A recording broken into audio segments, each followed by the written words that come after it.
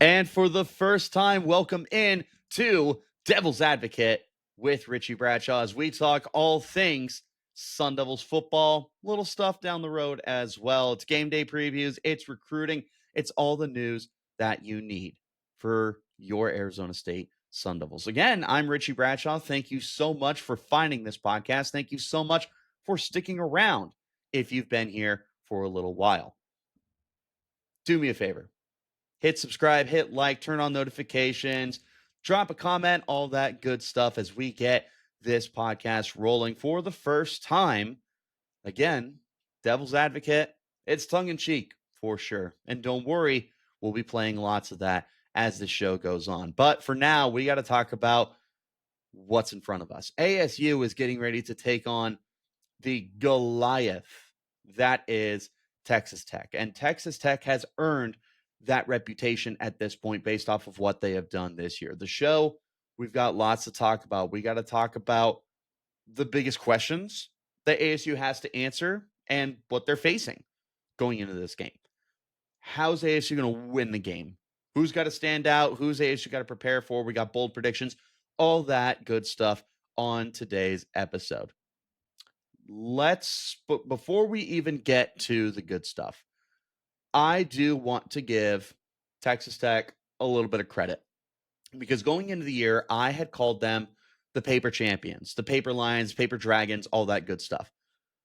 They spent some good old fashioned Texas soil money and they were able to bring in some very, very, very good football players.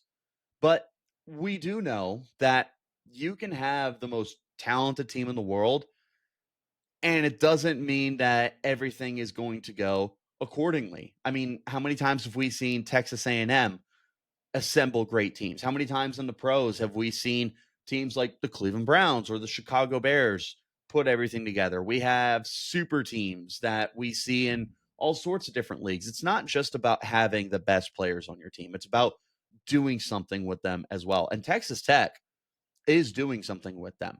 So yeah, they bring in really good football players, but they had a good team in place. They have a coaching staff in place. They've got a great fan base, and they've been going around and they've been taking care of business with everyone that they've played. The closest game that they played this year was against Utah, and Utah did give them a run for their money for 4 quarters, but then Texas Tech ran away with the game. That's just the way that this team is built. If they're not going to beat you right out the gate, then they're going to wear you down. And by the end of the game, they just take care of business. So lots of props to Texas Tech for playing the way that they have been playing so far. This game is not impossible for ASU, but it's quite a daunting task. And it is one of the biggest games that I can remember in several years. We'll talk about that more in just a moment as we answer the biggest questions that this team is facing against Texas Tech. Let's go ahead and start with the obvious one. Is the season on the line? Let's make it nice and simple. Yes. Yes, the season is on the line in this game, depending on what your definition of season is. Now, coming off of winning the Big 12 in your first year, going to the college football playoff, and making a pretty nice statement to the rest of the country, there were expectations that were placed on Kenny Dillingham and this program, and rightfully so. Now, it was always going to be difficult to repeat what they did last year. You brought back the vast majority of the team. That's great news. You did lose big players like Cam Scadaboo, the people's running back, as I like to call him. There's some change on this roster for sure. And some of those losses have hurt more than others. But ASU did bring back a lot of the best players from the team, including Sam Levitt. They brought back their entire coaching staff. There's tons of continuity on this team, from the starters to the depth guys. And we've seen that this year. We've seen that those guys are playing well with each other. The Sam Levitt to Jordan Tyson connection looks better this year than it did last year. The defense has much improved pass rushing. This was not a good team getting to the quarterback last year, and they are so much more effective of sacking the quarterback this year. The secondary is still very up and down, but guess what? Keith Abney has really turned into one of the best corners in the Big 12, certainly one of the most underrated corners. There is good football on this team. They have gotten better in areas that needed to get better, but it hasn't quite been there. We still haven't seen ASU play to the potential that we wanted them to get to. And that's been very evident as ASU has 2 losses this year. And in college football, 2 losses can cost your season. It's not like in the NFL where you can lose 5 games and still be able to make the playoffs. You can get into the playoffs at 7-10 just by winning your division. That's not the same in college football, and it's beautiful for that. But at this point, ASU is 4-2. The only good news is they only have 1 loss in Big 12 play. That is important and that does matter. But you can't have another. And you certainly can't have it against the heavyweights like Texas Tech because they lost to Utah last week in embarrassing fashion, mind you.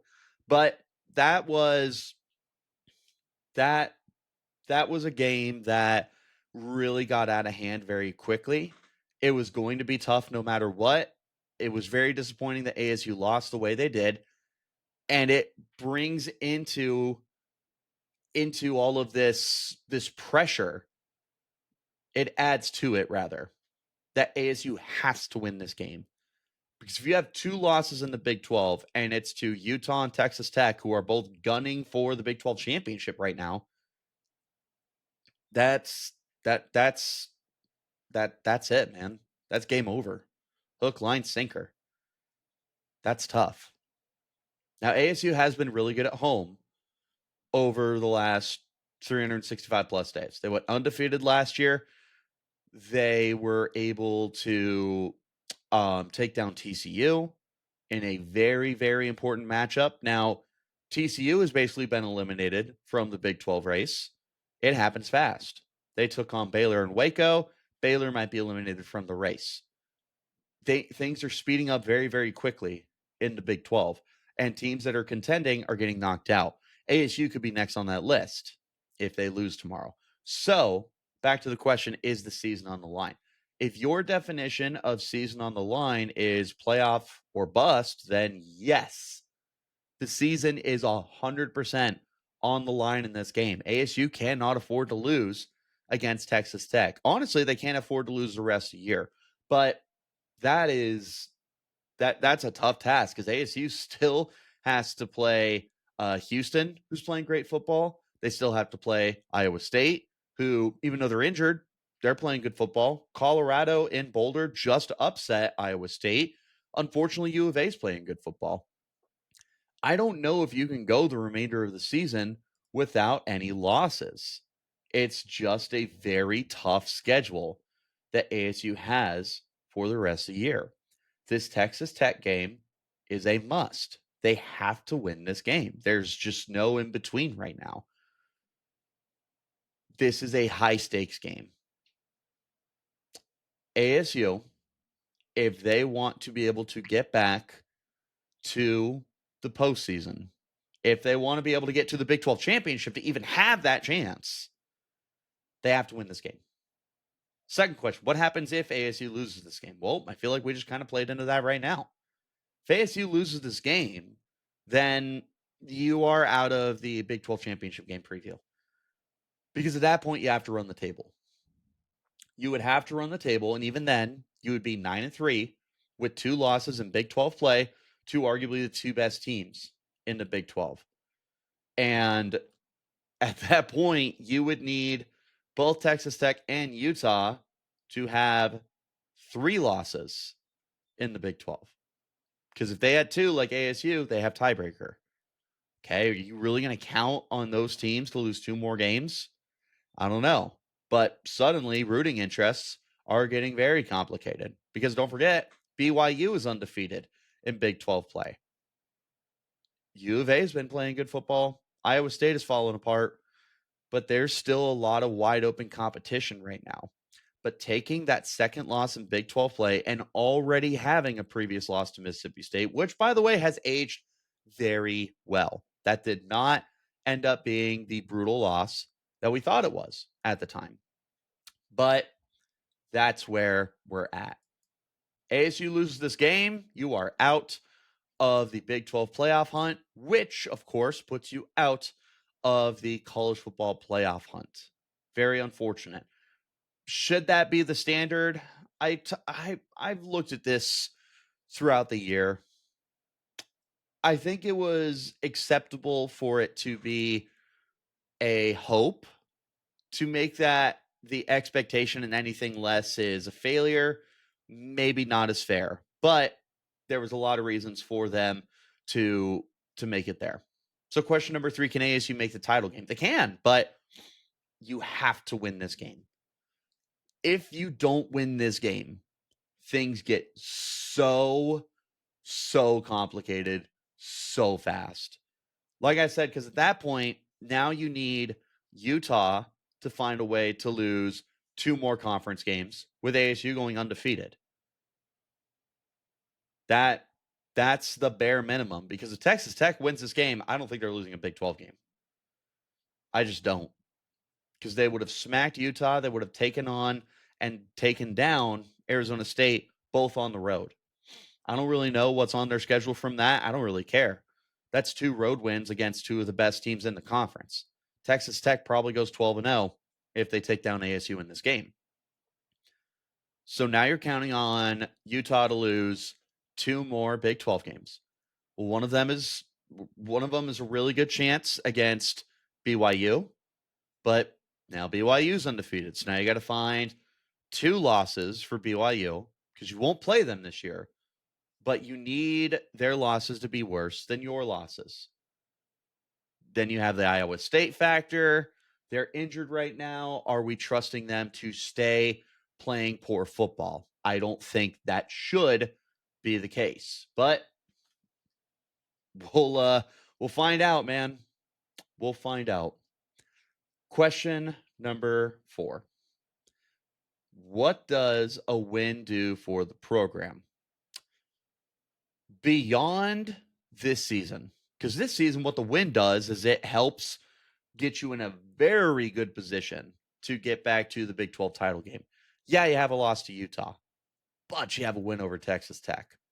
And beating Texas Tech, who pound for pound is the best team in the Big 12, should give ASU a ton of momentum moving forward. Tons of swagger, tons of confidence to be able to go into the remainder of the season with tough games and get some wins. Now, this is the final game of the brutal stretch for ASU.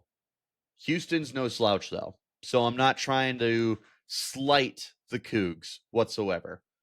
But when we went into the year, we saw this 4-game stretch of Baylor, TCU, Utah, Texas Tech, and we were hoping 2-2 would be the worst case scenario.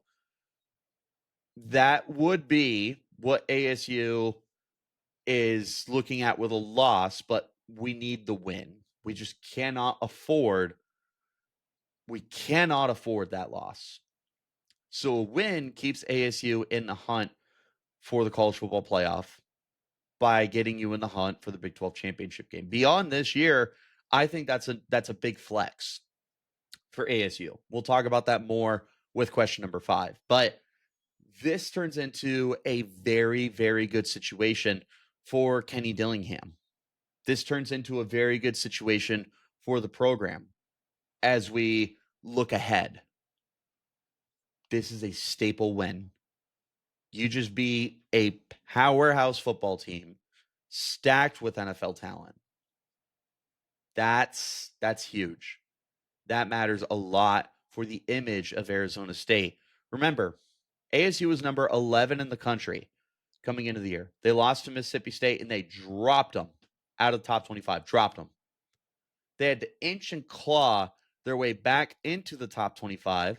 They lost to Utah and they dropped them again. And the logic is terrible, by the way.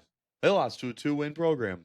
Okay, Mississippi State looks good. Alabama lost to a 2-win program in Florida State. Didn't see them drop out. I have also seen Florida State fall apart since then. That looks like a really bad loss. Teams have been upset this year, but ASU paid the heaviest price for it. And that should be indicative of the way that ASU is perceived by the rest of the country. Everyone was just waiting for ASU to mess up. So that way we could hop on and we could say, look, we were right. ASU's frauds. We knew it. Let's get them out of the top 25. We knew better. But then ASU, or not ASU, but then Alabama loses. It's like, well, hold on. That's still a really good football team. And Florida State, well, they're also a really good football team. They're rebounding. Let's give them some credit. Notre Dame starts the year off 0-2. They were ranked. There's cachet here. There is brand power. There is brand bias. We know this. We've known this for a long time. That's the reason those teams stay ranked, even when they have really bad losses. ASU does not have that yet, but you get a win against Texas Tech, it goes towards it. It doesn't fix it. It's not going to get fixed until ASU wins a national championship or just continues to have sustained success like Oregon. You just are working on building that reputation right now.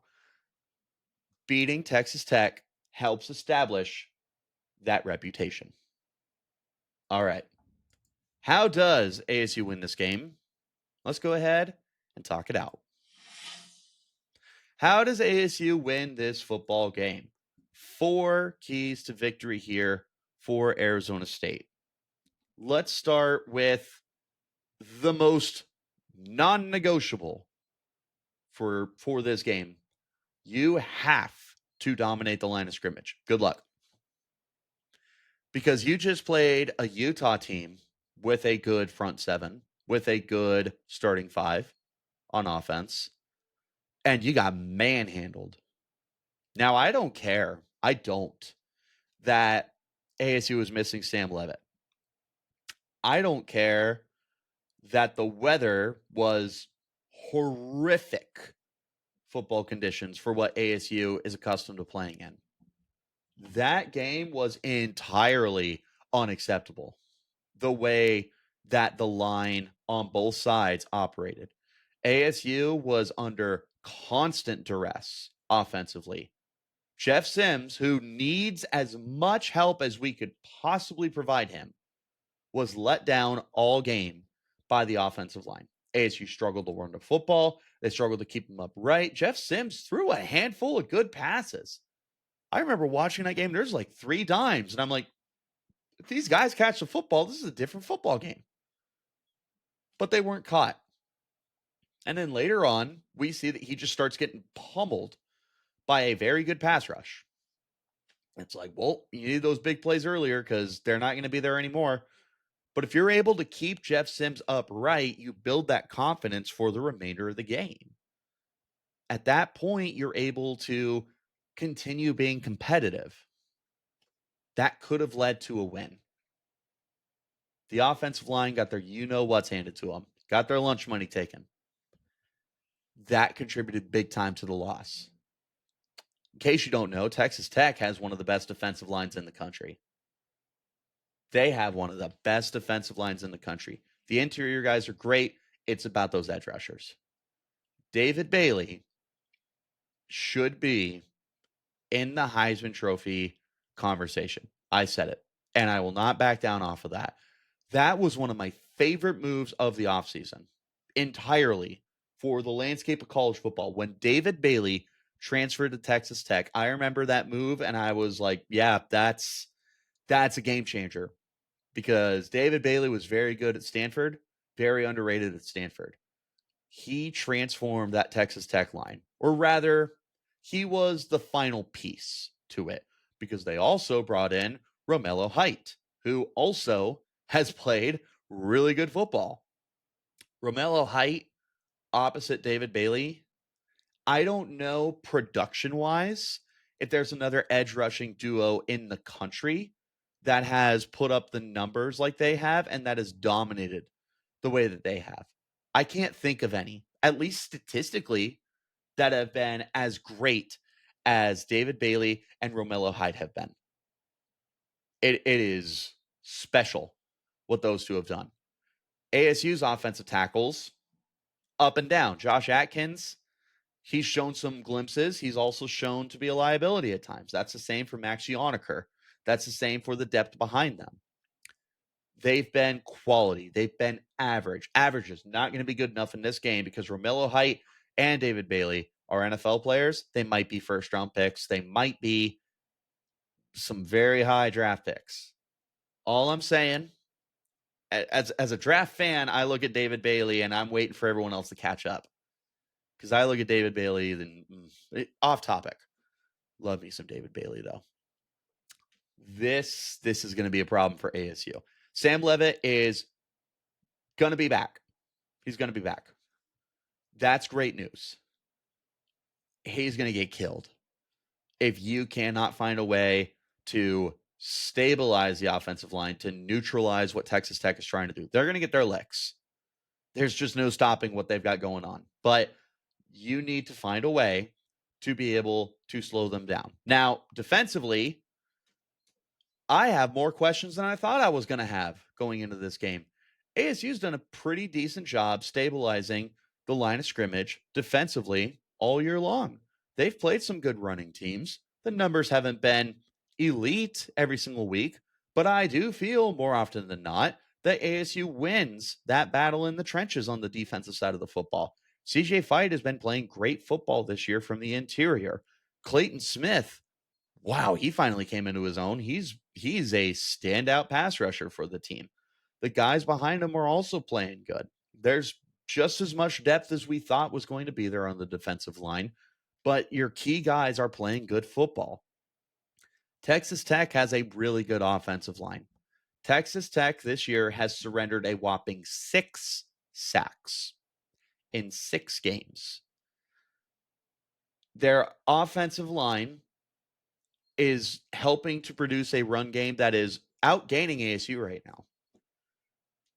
They're averaging almost 6 yards per carry. And keep in mind, that is with 6 sacks allowed for negative 55 yards because sack yards count in the run game, and it's the worst. They are doing it up front. They are absolutely working teams this year, including Utah. And Utah just pushed around ASU. This is a dynamic offensive line for Texas Tech, and it is a huge test for ASU. And I'm not sure how they're going to handle it. I don't know if that turns into lots of blitzes or stunts, or maybe they just rush 4 and they just try to hold up as best a coverage as they can. I don't know. What I do know is that both sides of the line play, offensive and defensively, will determine this game. Because if ASU can't stop Texas Tech's pass rush, game over. And if ASU's defensive line cannot slow down what the offense is doing by creating pressure, game over. That's just it. Here's another key to victory. ASU needs to outgain Texas Tech on the ground. Surprisingly, ASU is behind Texas Tech in terms of rushing yards. And that came as another surprise when, oh my goodness, Texas Tech, that's the team's name, when they lost their starting running back, Quentin Joyner, for the season. When he went down, there were conversations of, man, might be a little difficult to run the football. Nope, Cameron Dickey looks just fine. 6.5 yards per carry, 8 touchdowns. They have 16 rushing touchdowns, by the way. We'll talk about the quarterbacks a little bit later, but they are getting production from that position as well. But there's just a lot of good things that are working for Texas Tech's run game right now. Now, ASU, they're still finding a way to get it done. They have Raleek Brown. Raleek Brown has turned into the superstar that we thought he had the potential to be. 6.3 yards per carry. 573 rushing yards. He's caught the ball a lot, hasn't done much with it. He's not scored a ton of touchdowns, but he's breaking off chunk plays. Unfortunately, behind him, we haven't gotten what we were hoping to get. Kyson Brown is banged up for the foreseeable future, and I'm not sure what the future holds for him at this point. Kanye Udo has not broken out yet. Sam Levitt is an elite runner. He is a dual threat, and I stand firm with that. Jeff Sims still managed to run for 88 yards this season despite being sacked 5 times last week. ASU can get it done on the ground, but they're going to have to outgain Texas Tech in this game. That's just what has to happen because Texas Tech has a very good chance to outgain you in the passing game. If they outgain you in the run game as well, you are losing this game. You also need to be able to sack the quarterback. That's the next step here. Key to victory for ASU. Get after the quarterback. And it doesn't matter who it is. Baron Morton is great. He has been banged up this year. And for most teams, if your starting quarterback was banged up, i.e., Arizona State, you'd be in a pretty bad spot. But their backup quarterback, Will Hammond, has played pretty good this year. Now, he hasn't been perfect. He has been more than good enough. If they had to have Will Hammond as their starting quarterback for the remainder of the season, I would still take them to go to the college football playoff because that roster is built so well, but because Will Hammond has played exceptional when he has gotten onto the field. He's the running quarterback, by the way. 231 rushing yards. He hasn't been sacked. That's important because he is rushing for 9.6 yards per carry with a 64-yard touchdown and 4 scores. That is a problem. And it's an even bigger problem after what happened last week against Utah. Because if you missed that game, first of all, good for you. I did not want to watch that game. It was not fun. But ASU got their you-know-what handed to them by Devin Dampier, the running quarterback for Utah. ASU had no, not even a solution. It didn't feel like they had a game plan for him. Devin Dampier was doing whatever he wanted to do. There was nothing that ASU was ready for with him. Yeah, Utah has a great offensive line. But why did it feel like no one was ever accounting for Devin Dampier to take off and run? The biggest strength of his game, I'm sitting there watching the game and I'm like, do we not have a strategy in place? Is there no one spying him? Is there no one that's paying attention? What is going on here? That was all I could think about during that game. And Will Hammond is a great running quarterback. A great running quarterback. So Baron Morton, if he's healthy, he's getting on the field. If I'm Texas Tech, even if Baron Morton's 100% good to go, I'm getting Will Hammond out there because I know that Will Hammond provides me some kind of advantage that can break Arizona State. They were not ready for the running quarterback. And I do not anticipate that suddenly changed in a week's time. ASU plays a few more good running quarterbacks for the remainder of the season, too. Hopefully, it'll be fixed by then. I don't think it's going to be fixed in this game. So, that just means you got to get sacks against an offensive line that has surrendered a whopping 6 sacks this year. 6 sacks in 6 games. And ASU is going to need to bring down the quarterback as often as they can. Now, they have 19 sacks in 6 games. It's pretty solid. It's 3 sacks a game. And like we said, ASU's pass rush has really taken a step forward this year. Could they get it done? They could. It's going to be really tough. It's going to be really tough, but it's a necessity. If you're going to win this game, you need to have Baron Morton and or Will Hammond sitting in the grass. I want to see an indent of their butt in the turf from how often they're putting them down there. Get the pressures, get the knockdowns, get the sacks. The sacks, that's going to be pivotal in this game for ASU. They have got to be able to get that aspect done.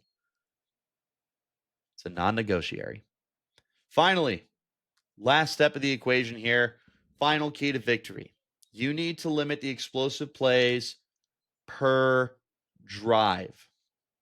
I'm not talking about the game. Texas Tech gets a 50, 60, 70-yard play. Yeah, that's a big deal. But you know what's worse? when they come out on the opening drive and they have 3 plays that go for 10 yards. They have 3 plays that go for 15 yards. They have 2 plays that go for 20 yards. That's what's going to kill you. You need to make sure that Texas Tech is limited on the big plays, not the explosive plays, the explosive plays, obviously, but you need to find a way to slow down Texas Tech to where the chunk yards are gone, to where you're keeping them honest. You need some 3 and outs in this game. You need to force Texas Tech to punt the football. They don't do that very much. You need to find ways to have Texas Tech give you back the football. You need those standout plays from the defense. That's also going to get the crowd energized. You sack the quarterback, it's going to be loud at Mountain America Stadium.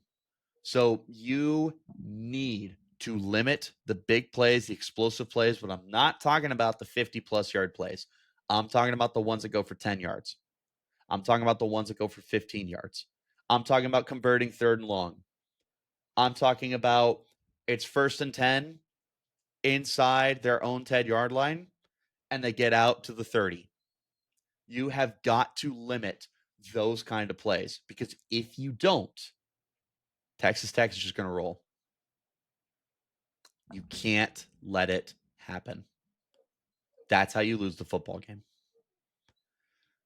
There are several players who will determine if ASU wins the game, both on offense and on defense.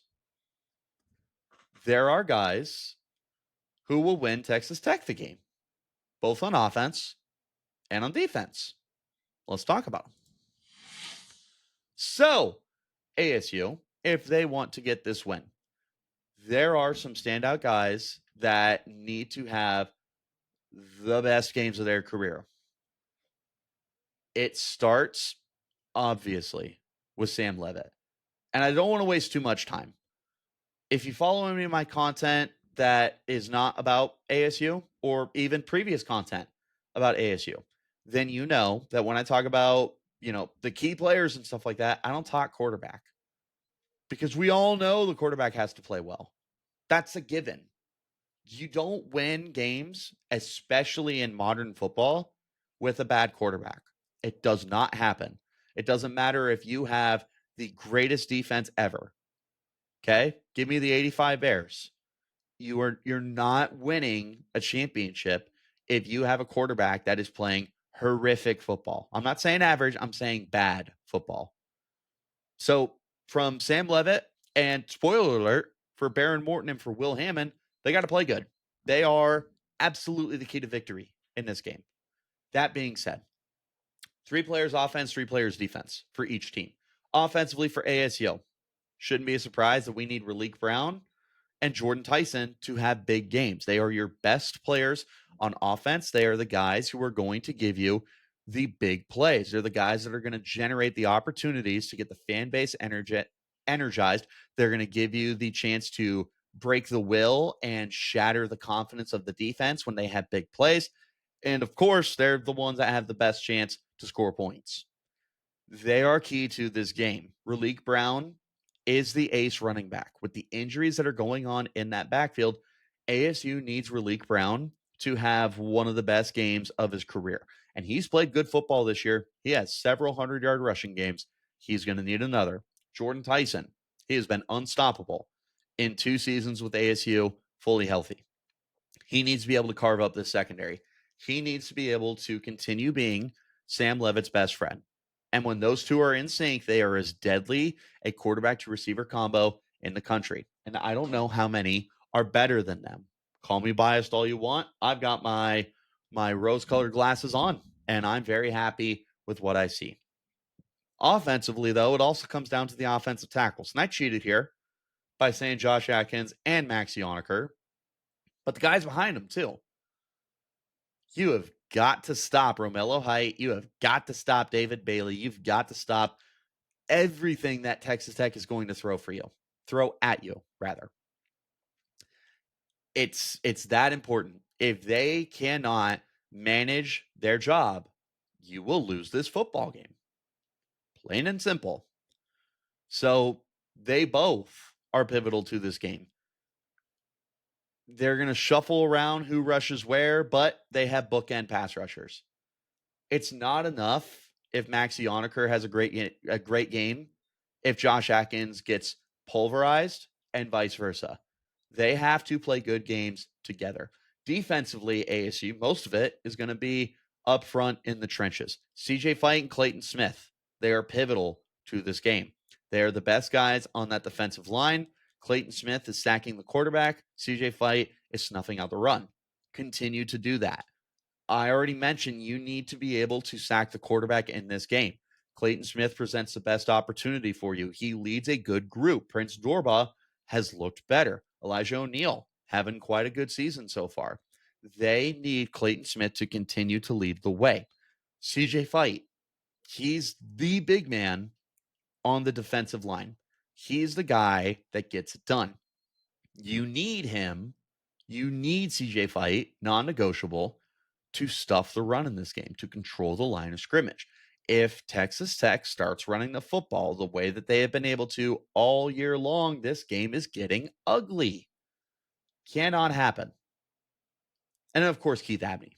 Keith Abney on the back end, he has been stellar this season for the Sun Devils. He is shutting down everyone he's gone up against. Hasn't given up a touchdown yet. He is making plays on the football. He found a way to get on the field as a freshman in 2023 when ASU stunk. He inherited a starting role last year, played good both seasons, and now he has broken out this year, and he is one of the best corners in the league, in the nation, that not enough people are talking about. There are some good receivers that Texas Tech is rolling out as well. There are some very good receivers. There are playmakers in the passing game, and Keith Abney is going to get a taste of a little bit of all of them. They're going to throw everyone at him. This is not a game that I want Keith Abney to travel necessarily. I want him to handle his side of the field. Let's talk about Texas Tech. Texas Tech, like I said, and we won't waste any time with this, not any more than we need to. We know that Baron Morton is one of the best quarterbacks in the Big 12. We know that Will Hammond has become one of the best kept secrets in the nation. Sorry to keep using that over and over again. But when you talk about the Big 12, it does feel like everyone is a best kept secret. Neither here nor there. Their quarterbacks are going to get it done in this game unless ASU can find a way to stop them. If they do, they're winning this football game. Now, talk about like the 85 Bears defense that can win a championship with average quarterback play. That's Texas Tech. These guys just need to be average. Don't take sacks. Don't turn the ball over. Don't make bad plays. They do that, Texas Tech wins the game. Texas Tech is going to win a lot of football games as long as Will Hammond and Baron Morton take care of the football and don't do anything stupid. ASU needs to find a way to make them do something stupid. Now, offensively, I feel like you can name everyone, man. I am going to stick with only two players that I think stand out the most to me because I could name their entire offense. We're going to go with Cameron Dickey, their running back, and we're going to go with Terrence Carter Jr., their tight end. I feel like Terrence Carter Jr. has been washed in the conversation of tight ends this year, and there's a lot of really good tight ends across the country, guys who are going to the draft and guys who are just getting started. But Terrence Carter Jr. is not someone that I see routinely getting talked about as one of the guys who's really breaking out on the scene. He was productive his first two seasons at University of Louisiana. And now this season, he's taking his game up a notch. He's averaging almost 13 yards per catch. He's got 5 touchdown receptions. As a tight end, he's third in receiving yards on that team behind 2 very productive receivers. He makes plays. He leads them in touchdown receptions. Terrence Carter Jr. is one of the biggest threats to the Sun Devils on offense for Texas Tech. And Caleb Douglas and Coy Eakin are good receivers. Terrence Carter Jr. is one of the guys who worries me the most. And then Cameron Dickey, their running back, he's been very good all year. All year. 90 rushing yards, 10 rushing yards, 65, 67, 96, 263. 6.5 yards per carry. He's catching the football, by the way. Cameron Dickey is doing a little bit of everything for Texas Tech, and they're winning a lot of football games with him making the most out of his opportunities. Cameron Dickey can make the big play happen. And if he makes the big play happen against ASU, I don't know how ASU has a chance to slow these guys down if you do not contain Cameron Dickey. He gets the run game going, everything else is going to be set up. Cameron Dickey, one of the biggest factors in this football game for Texas Tech. Defensively, I went with David Bailey, although I guess we could do the same thing that I did with Josh Atkins and Maxi Onaker. We will do that. David Bailey and Romello Height, they can win this game by themselves. They can combine for 5 sacks, force a couple of turnovers, and just win the game. That is how good they are on that defensive line together. There's other guys that are really good. Lee Hunter is a really good defensive lineman, but those two alone are perfect examples of game wreckers. They're the guys who destroy whatever you're trying to accomplish. They're that good. You have got to find a way to slow them down. They are unstoppable forces, especially playing opposite each other. You cannot stop them. You can only hope to slow them down. You can only hope to contain them. Someone we haven't talked about on this podcast yet, Jacob Rodriguez. Jacob Rodriguez is the best linebacker in the Big 12. Jacob Rodriguez might be the best linebacker in the country. This is a dude who takes no prisoners, and he is just interested in eliminating everyone that he faces. He's a great tackler. He creates turnovers. He sacks the quarterback. He makes plays in the backfield, and he leads one of the best defenses that ASU will see this year. This man is a problem. He has a chance to win the Defensive Player of the Year award in the Big 12 with his other teammates playing just as good a football. Jacob Rodriguez is just so smart. He is so smart. He is going to see everything that ASU is doing, point it out, call it out, and make sure that Texas Tech is in the best position to try and take it on. So it's going to be a battle of wills, a battle of smarts between ASU's offense and Jacob Rodriguez by himself, let alone what the rest of the guys around him are doing. So Sam Levitt and Marcus Arroyo and Kenny Dillingham have to be able to find ways to throw Jacob Rodriguez off, because that is a smart player. He spends a lot of time in the film room. He spends a lot of time being the best that he can possibly be. ASU has got to be careful. They have got to be ready for whatever Jacob Rodriguez is going to do to them. Jacob Rodriguez, one of the most pivotal players entirely for this team. Maybe he's not better than David Bailey. Maybe he's not better than Romello Height. But Jacob Rodriguez can set up Texas Tech to win even if those guys struggle. Last guy I want to talk about on defense is Bryce Pollock. Bryce Pollock, 3 interceptions this year. We haven't heard too much about the Texas Tech secondary compared to their pass rush. That makes sense when you look at what their pass rush is doing. But Bryce Pollock is playing really good football. He played for Mississippi State the last 2 years as a starter. He comes over to Texas Tech. He's a starter. He is a good football player. 21 tackles on the year. He's broken up 2 passes, intercepted 3, playing on the back end. ASU, they're not throwing tons of interceptions this year. They're not forcing the ball too much. Jeff Sims played a clean game last week. He didn't throw a turnover or throw an interception. Goodness. Sam Levitt has 3 picks on the year. They came in the first 2 games of the season. He has played clean football since, and he has played clean football in almost his entire career of playing Big 12 opponents. Now, he did get punked by Texas Tech last year, but that was on the road. That was his first game against a Big 12 opponent. That is what it is. Now, you have still got to find a way to play clean football. You can't commit turnovers. That's always going to lose you a football game. It's one of the reasons I never bring it up. Keys to victory. Oh, don't turn the ball over. Yeah, well, why don't we score more points in them too? No, you have to play smart football. And one of the biggest factors, I guess, that will come into play here is how you handle Bryce Pollock. Bryce Pollock is a hashtag good football player. He is going to do everything he can to make sure that the secondary is ready for Jordan Tyson. And we have seen the Big 12 defenses are keying in on Tyson. Tyson's not killing Big 12 defenses the way that he was dismantling them last year and over the first 3 games of the year against lesser opponents. He's still productive. He's still getting the job done. He still looked pretty solid against Utah, considering it was a backup quarterback in the rain. This is a Texas Tech team that has 6 games worth of tape. They have seen what opponents have done that has worked against ASU to be able to slow him down. They're going to look at that Utah game and they're going to go, well, we may not have the rain, but we did see the way that Utah was able to set their defense up to take him on.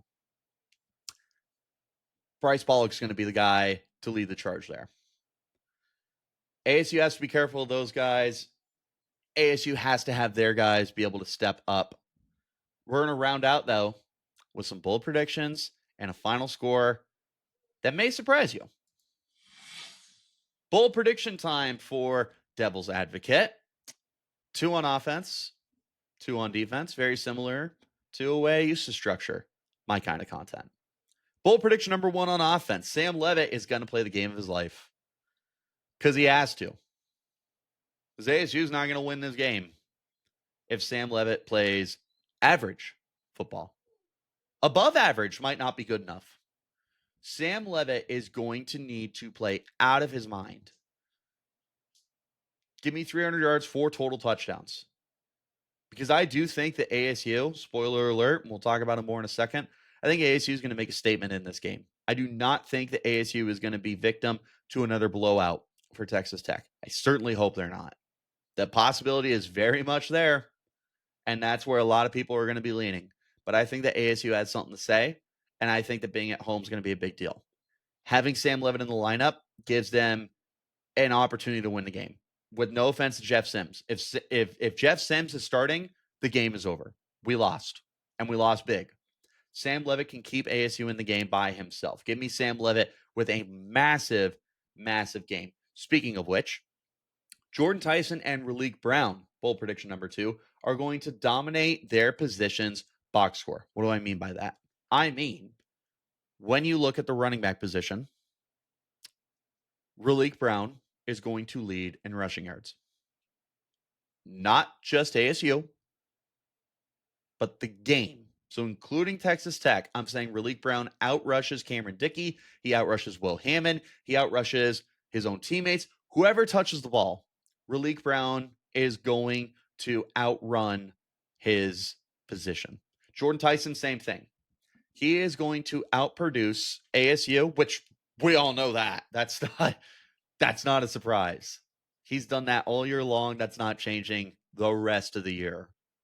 But he's going to outproduce whatever Texas Tech is able to get going. And I do think Texas Tech is going to have big plays. I'm not saying ASU is shutting out Texas Tech. I'm not saying that no one on Texas Tech is not going to pop off. They are, believe me. This is going to be big plays. But I do think that Jordan Tyson is able to outlast those guys and be more productive. Bold prediction number 3, flipping to the defensive side of the ball this time. Clayton Smith and the edge rushers are going to figure it out because they have to, or you lose this game. Texas Tech has allowed 6 sacks this year, 1 per game. ASU is averaging over 3 sacks per game. One of those is going to give. I think that Brian Ward has to come in with a near perfect defensive game plan. And I'm going to say, at least pass rushing, that ASU puts up a pretty decent fight. Give me Clayton Smith to lead the edge rushers to 4 sacks. 4, count them, quattro, 1, 2, 3, 4, vier sacks. Final bold prediction, Keith Abney. He is going to have another standout game. Whoever's throwing the ball, if it's Will Hammond or if it's Baron Morton. I'm not guaranteeing turnovers. I'm not guaranteeing pass breakups, but I am willing to tell you that this is going to be a fine game for Keith Abney as he continues to stand out. He's going to limit the amount of looks that are thrown his way. He's going to limit the amount of yards that are given up his way. The secondary has been shaky this year. Rodney Bimage Jr. has started to step up recently. When he gets the required amount of snaps, you're going to end up seeing him graded very highly compared to some of his peers. But Keith Abney has been terrific this season, nationally, not just in the Big 12, not just on his team. He's going to have another big game because he has to. And that's pretty much where we're going to round out the show. Round out the first episode of Devil's Advocate. Final score prediction. This is a shootout. The definition of a shootout. This is going to be back and forth. I need ASU to limit the big plays. Sorry, I don't think that's happening. I think that ASU is going to have a ton of chunk plays. Tons of plays that are 8 or more yards, 10, 12, 15. I think they have multiple 20-yard plays. I wouldn't be surprised if they had a 50 or 60-yard play. I really wouldn't, because it's not that ASU's defense is bad, but it's that Texas Tech is that good offensively. It's that Texas Tech is going to have such a great game plan going into this game. They executed against Utah. They're going to execute against Arizona State. It's going to happen. That's where we need Arizona State to hold up their end of the bargain, and they need to execute on their end. That means that ASU needs to outscore Texas Tech, but they need to do it in a high-scoring affair. This is not going to be a 10-7 ball game, which is what I thought Utah was going to be last week, right until they ran us off the field. This is going to be high-scoring because ASU has to score in this game, and they have to score a lot, because I just don't see any way that Texas Tech is getting held under 30 points, under 20 points, under 10 points. We're not getting shut out. This is going to be a fun game for college football fans. This is going to be a fun game for the average Sun Devil fan, the average Texas Tech fan. This is going to be a very stressful game for everyone else, but I'm doing it. ASU wins a shootout in Tempe. The fans storm the field. ASU 38, Texas Tech 35. Let me know what you guys think in the comments. You can hit me up on Twitter at RichieBrads36. Follow the podcast on Twitter, Instagram, TikTok, all that good stuff at Devil ADV Pod. Check us out. First episode in the books. Thank you guys so much for sticking around for this journey with me. It has been very clouded recently, but we're back better than we ever have been before. We will be recapping this game. We will be taking a look at the season moving forward. This is a weekly podcast, so make sure that you have your notifications turned on wherever you're getting your shows. I'll catch you guys next time.